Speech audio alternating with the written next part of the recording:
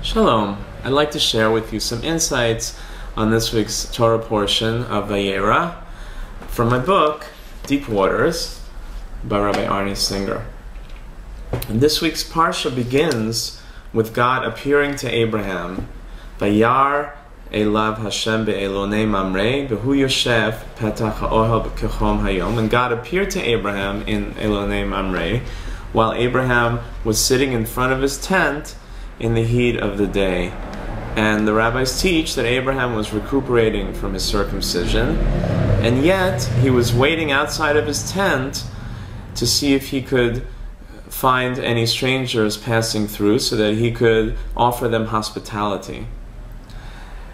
Vayisa einav vayar, and the next verse says Abraham lifted up his eyes and he saw these three men, and then he got up and ran to greet them.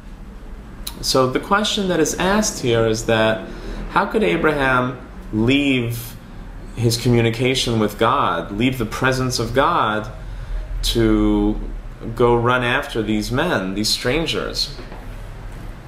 One of the answers given is that God really wanted to teach Abraham the importance of hachnasat orchim, of greeting guests and strangers, and therefore God let him run to greet these people. He would rather Abraham leave his divine presence and perform this great mitzvah. I'd like to offer another answer though. When we say the Shema Yisrael, Hashem Elokeinu, Hashem Echad, we are proclaiming that God is one. God is the only one. Another way of looking at that is that the entire world is really part of God. Nothing can exist outside of God. God is the only one that can exist. Therefore, the world, everything in the world, is in a way part of God. An easier way to look at that is that there's a piece of God in every person. That piece of God, that holiness, can be expressed in the neshama, in the soul of every person. But every person has that divine quality within him. Now, if God were to reveal himself in his full glory, there would be no free choice in the world. Because if you saw God standing next to you, you would never sin. The thought wouldn't even cross your mind. How could you? Therefore, God has to rule the world, has to direct the world from a hidden status, from a place of hiddenness, so to speak.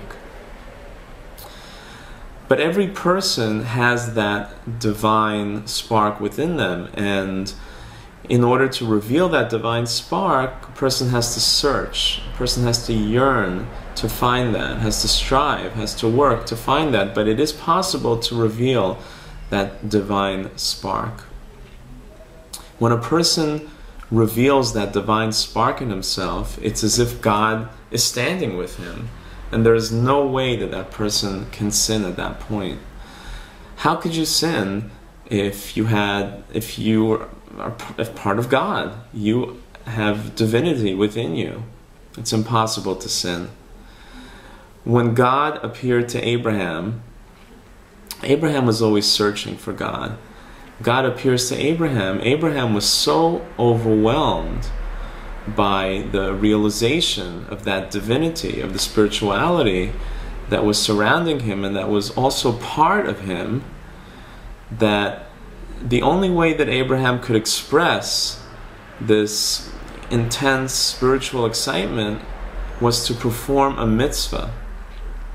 In fact, the logical outcome of being so close to God, being on such a high spiritual level, was to actualize that spirituality in the form of one of God's mitzvot. In this case, it was hachnasat orchim, greeting and offering hospitality to the stranger. So it wasn't that Abraham left God, it was Abraham performed his, expressed his spirituality in the utmost way possible, in unity with God, and that was to perform one of God's mitzvot. It's up to us, to each one of us, to find the holiness within us. It's there. Each person has that neshama, that holy soul, that peace of God within us. But a lot of times it's covered up, it's hidden, and it's up to us to reveal that. And we do that by doing mitzvot, by praying, by being good people. And as we reveal that divinity within us, it becomes more and more difficult for us to sin and to stray from that holy path. And we become more holy, and it builds on, one builds on the other. The more we reveal that divinity within us, the holier we become.